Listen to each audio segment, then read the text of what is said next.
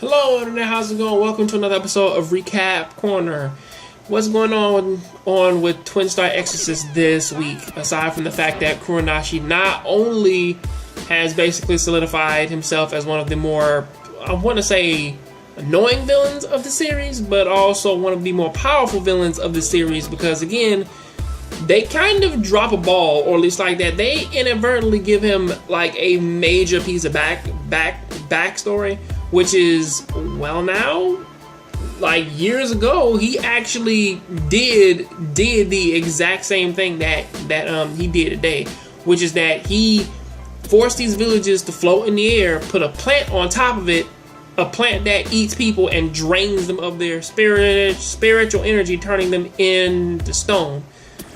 And the craziest part about this whole thing is that he is so confident that they can't necessarily beat him, and honestly, I kind of believe that they can't, especially if like he took down the previous leader of their organization, which kind of makes you wonder. It's like how far would they get in this game? Because again, he openly told them, like, listen, this is how the plant works. You can't just like try, man, and cut off the head of the flower. You got to get into the heart of it and take that thing down. And to be fair, I kind of like this episode a little bit more than most of the other ones, because it actually gives everybody just a little bit of something. I mean, like, you see what basically Rokuro and his boys are doing. Like, they kind of get their own little goofy moment.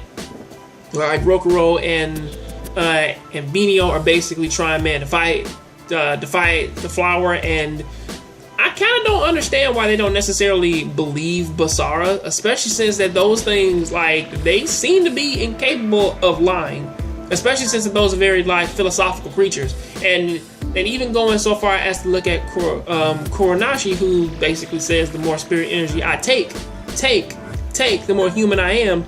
It seems though as that even though he may be somewhat of a demon in this universe, he's still super honest, same as all the others. So that's kind of crazy, man, why they wouldn't necessarily believe him.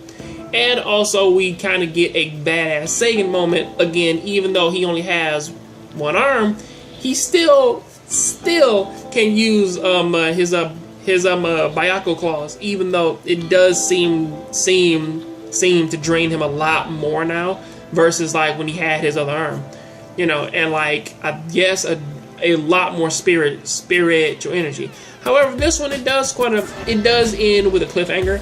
And looking at the preview of this episode, it seems as that the focus is going to be on Seigen and Mayura's mother getting together, and them slowly kind of, or at least like them revealing the history between them, which again is something that I am interested to see. But as far as what I can say right now, that's basically the episode, and I'll see you on the next John Grave Show. Please keep watching anime, keep playing video games, and tell me what you think about this down there in the comment section. I'm out.